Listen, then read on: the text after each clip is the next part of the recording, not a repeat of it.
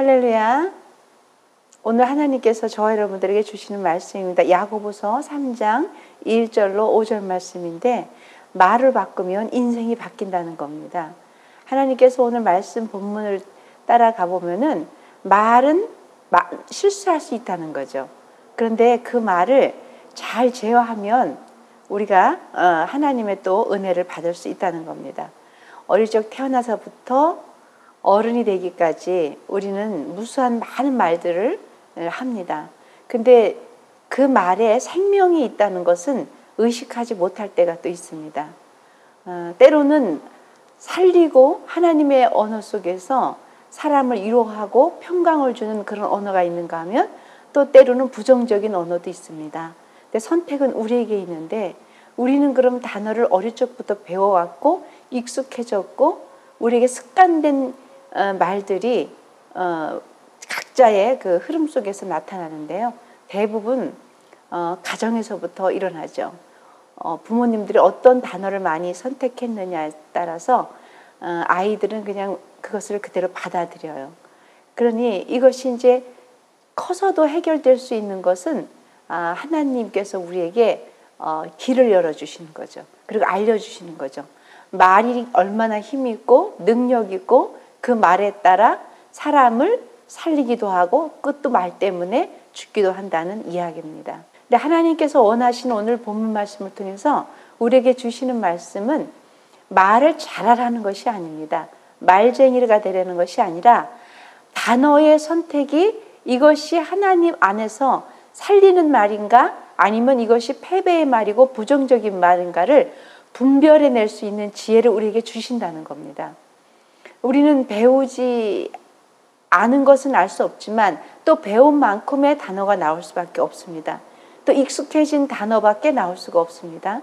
그런데 하나님께서 우리에게 오늘 이런 말씀을 하시죠.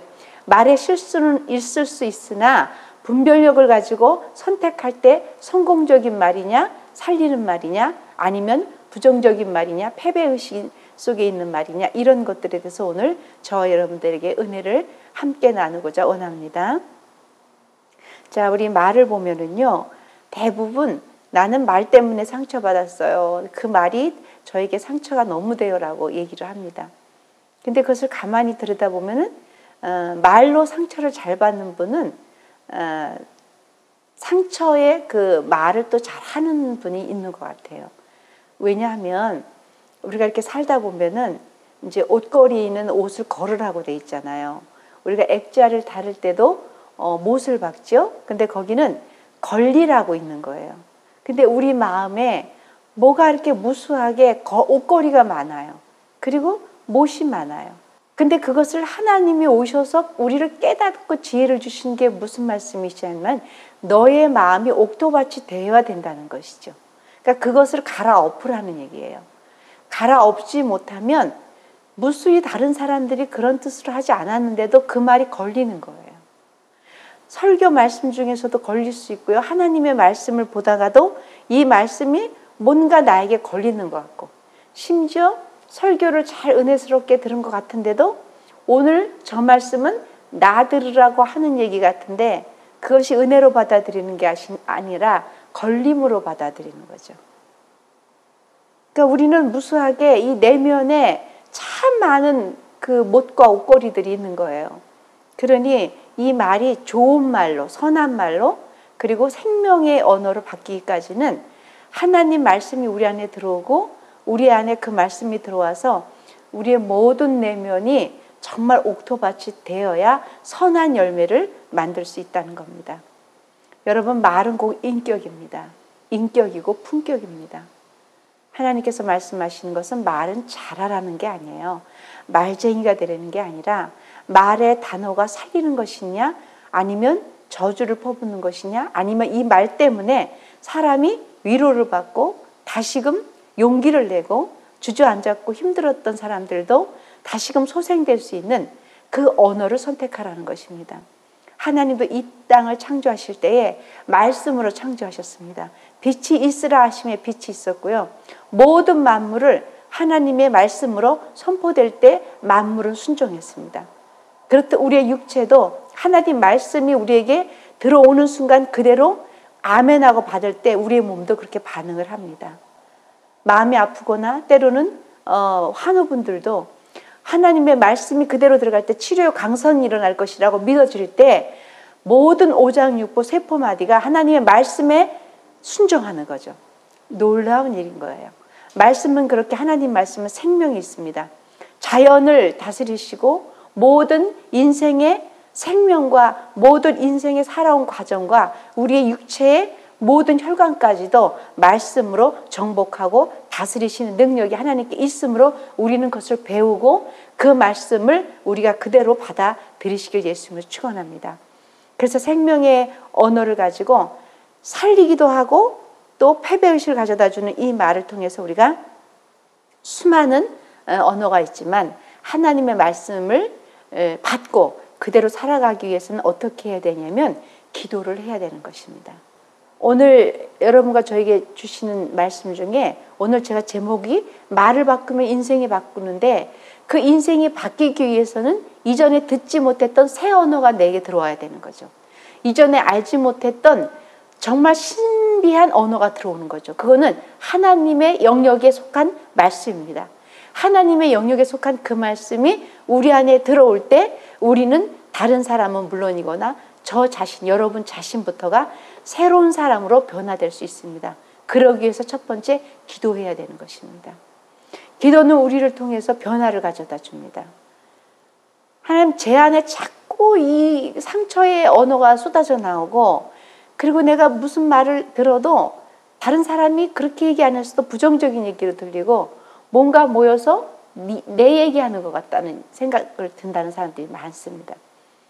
그래서 그렇지 않음에도 불구하고 저 사람들이 모여서 뭐가 얘기를 하는데 그 앞에 지나만 가도 내 얘기하는 것 같고 그러니 마음이 늘 그러한 것으로 가득 차 있으니 희망적이고 뭔가 용기가 있고 그래서 생명을 이끌어내는 것이 아니라 말이 바뀌기 전까지는 계속 그렇게 주저앉는 삶을 살 수밖에 없습니다. 근데 기도하면 바뀐다는 오늘 희망적인 말씀을 하나님께서 주시는데요.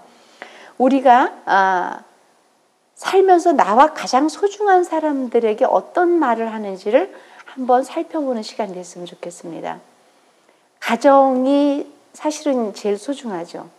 그리고 부모와 자식 그런 그 가장 소중한 사람들에게 서로가 오가는 그 단어가 언어가 생명이 있고 아이들에게 권면을 하고 또 용기를 주고 실수도 그럴 수 있다고 인정해주고 그것을 정죄하는 것이 아니라 그렇게 양육받는 아이의 가정으로 키워내려면 부모들이 그런 단어가 습득돼야 되고 하나님의 말씀 안에 거해야 되는데 그렇게 배워지지 않았던 부모님들이나 아이들이 그 말을 할 때 우리는 양면성을 보는 거죠. 참 집에서는 저렇게 말을 하는데 나가서는 참 친절하다고 얘기를 많이 하죠. 우리 부모님은 좀 틀려요. 밖에 있는 사람들한테 참 잘하는데 내 남편은 밖에 사람들은 친절한데 집에 오면 묵뚝뚝해요. 그거는 좀 잘못됐다고 저는 생각합니다. 우리가 자녀들에게도 부모의 권위를 가지고 있지만 우리가 실수했거나 잘못한 것은 사과를 할 줄 아는 그러한 또 마음도 있어야 되는 거예요. 아 그랬구나. 실수는 가정에서 그랬구나 괜찮아라고 인정해주고 그리고 바뀌는 말로 사용이 되고 예배를 통해서 기도를 통해서 아이들에게 입력이 돼야 되는 거죠. 그러니 어릴 적부터 그렇게 말을 못 들어보고 성장이 안 된 사람들 그 마음속에서 어떤 것이 그 답이냐면 교회에서 말씀을 통해서 기도를 통해서 변화될 수 있다는 겁니다. 하나님의 말씀은 변화를 시키는다는 거에 큰 의미를 나타내는 것을 믿으시기를 축원합니다. 말씀은 변화를 주고요. 또 말씀은 도태시키기도 합니다. 근데 말씀은 하나님께서 오는 거고요. 말은 마구 쏟아낼 수 있는 저주의 말과 함부로 하는 이야기들이 있다는 겁니다. 근데 기도는 우리에게 어떤 능력을 주시냐면요. 내 안에 나에게 많은 가시와 그리고 뭔가 이렇게 못들도 옷걸이도 많은데 하나하나 뽑아져 나갈 수가 있습니다. 그래서 우리는 기도를 해야 되는데 기도는 신기한 능력을 나타냅니다. 감사가 나오기 시작하고요. 그리고 찬양이 나오기 시작하고요. 그리고 내 안에서 정말 그 걸렸던 모든 말들과 그런 사람들이 기쁨으로 감사함으로 그 사람들을 통해서 나아가기 시작하는 거예요. 변화입니다. 기도는 사람을 변화시킨다는 것을 꼭 기억해 내시기를 예수님 축원합니다. 잠언 18장 20절에서 21절 말씀을 보면은요. 사람은 입에서 나오는 열매로 말미암아 배부르게 되나니 곧 그의 입술에서 나는 것으로 말미암아 만족하게 된다 그랬습니다. 하나님께서 우리에게 하시는 말씀이 입으로 나오는 것으로 만족하게 되고 말씀으로 배부르게 된다는 거죠. 어떻게 생각하십니까? 말씀을 가지고 내가 배부를 수 있다? 축복이 오는 거예요. 너는 잘 돼. 지금 가진 거 없는 것 같고 내가 뭐가 좀 부족한 것 같고 남들보다 많이 배움도 낮은 것 같은데 하나님의 말씀은 우리에게 뭐라 그러시냐면 너는 가장 위대한 나의 자녀라 그러는 거예요. 세상 누구와도 바꿀 수 없다 그러는 거죠. 세상 누구와도 바꿀 수 없는 하나님의 사랑하는 존재라는 거죠. 정말 이 땅에 하나님께서 우리를 지으셨을 때 가장 소중한 것이 저와 여러분들이라는 거죠. 그러니 하나님은 우리의 그 사고 체계를 완전히 바꿔놓으시는 겁니다.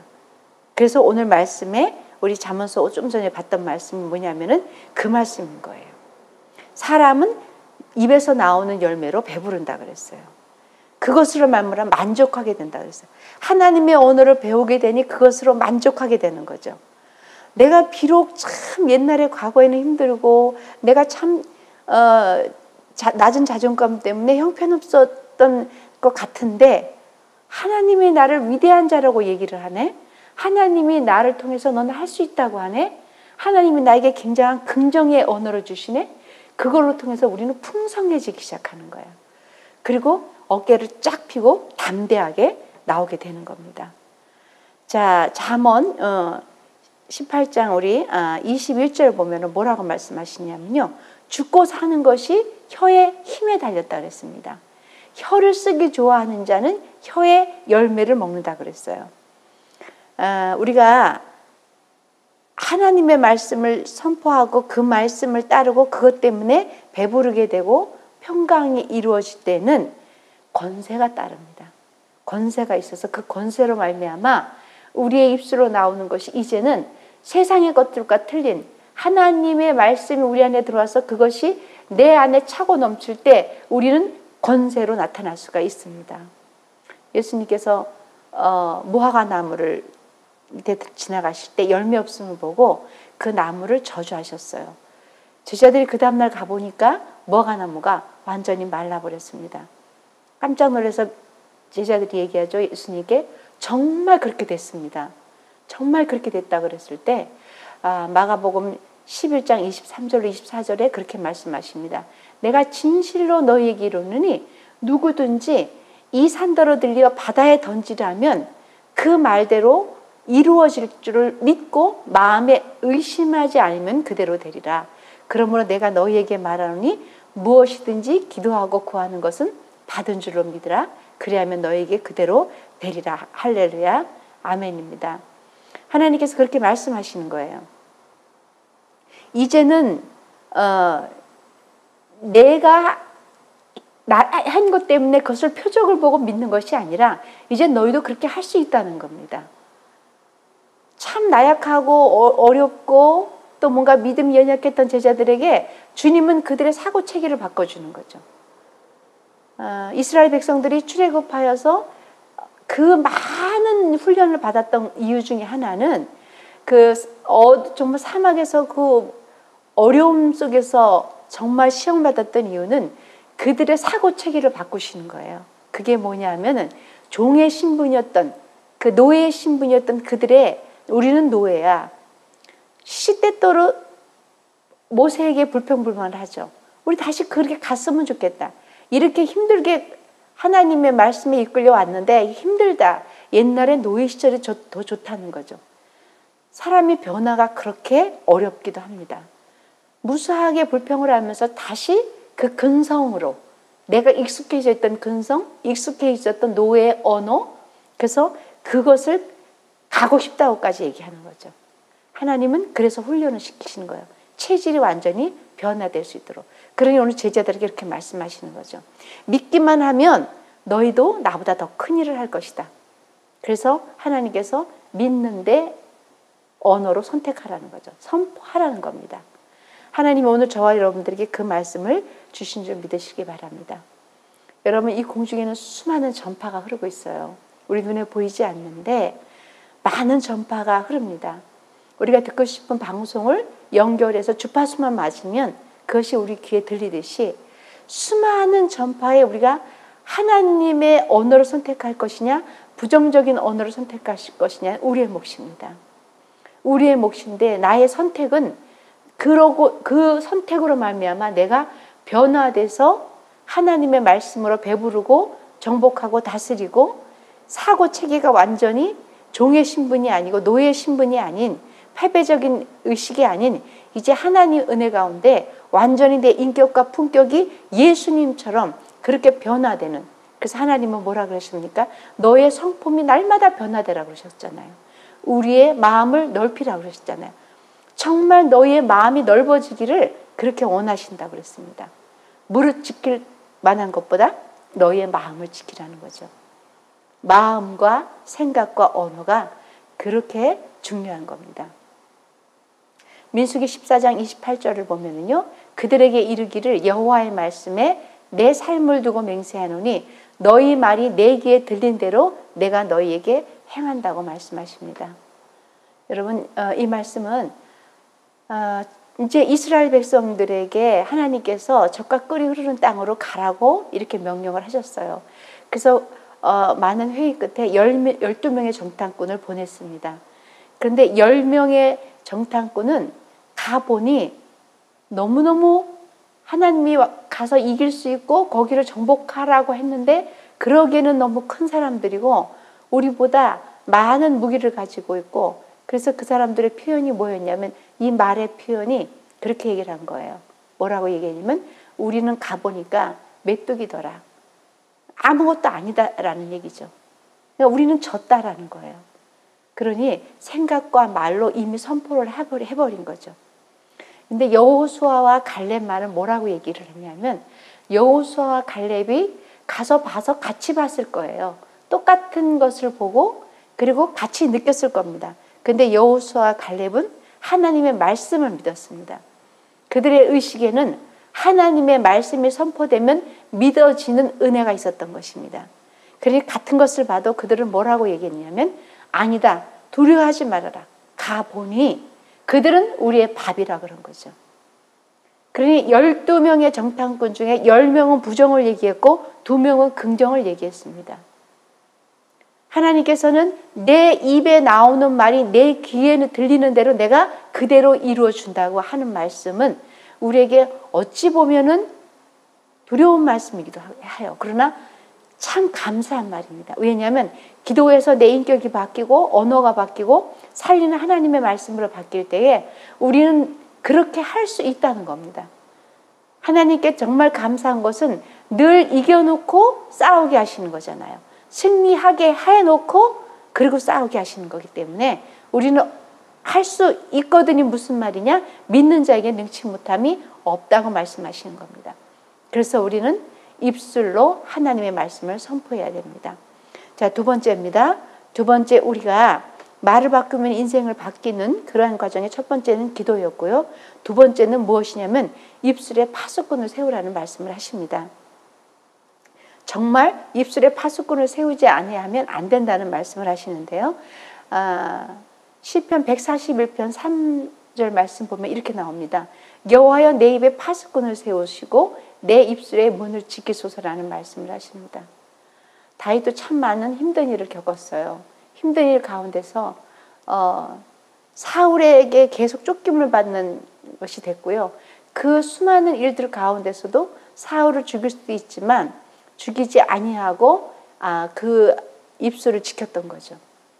우리가 입술을 지켜야 되는 건 뭐냐면은 내가 배웠던 언어가 이것이 부정인지 긍정인지를 몰랐을 때 이제 하나님이 그것을 알려주기 시작하시는 거죠.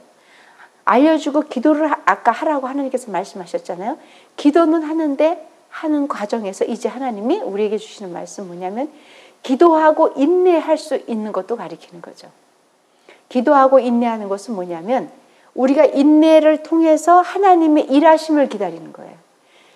하나님 저의 입술에 하나님의 생명의 언어가 나타나게 하시고 제 입술을 바로 사용해 주셔서 품격과 인격이 하나님으로 말미암아 많은 사람들에게 예수 그리스도를 믿을 수 있는 도구로 사용하여 주시옵소서. 이제는 내 행위로도 그렇지만 절대적인 내 입술로 많은 사람들을 살릴 수 있는 그런 언어가 되게 해달라고 기도할 것이란 말이죠. 그리고 또 살면서 얼마나 많은 또 부딪힘이 있겠습니까?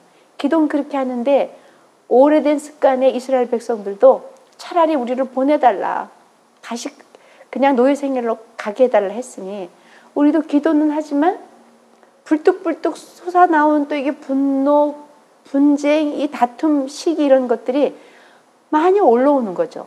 그 가운데 하나님은 기도하고 그리고 입술을 파수꾼을 세우라는 거죠. 그렇게 세울 때에 하나님께서 우리에게 힘을 주신다는 말씀입니다. 능력을 주신다는 얘기죠.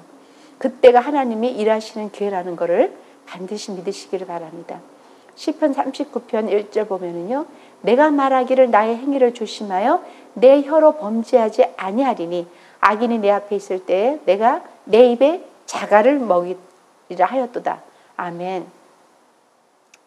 잠언 21장 23절 보면은 입의 혀를 지키는 자는 자기의 영혼을 환난에서 보존한다. 이렇게 말씀을 하십니다. 이스라엘 백성들이 여리고성을 돌 때였어요. 여리고성을 도는데 하나님께서 명령하시기는 침묵하라는 거였어요. 입술에 파수꾼을 세우라는 것입니다.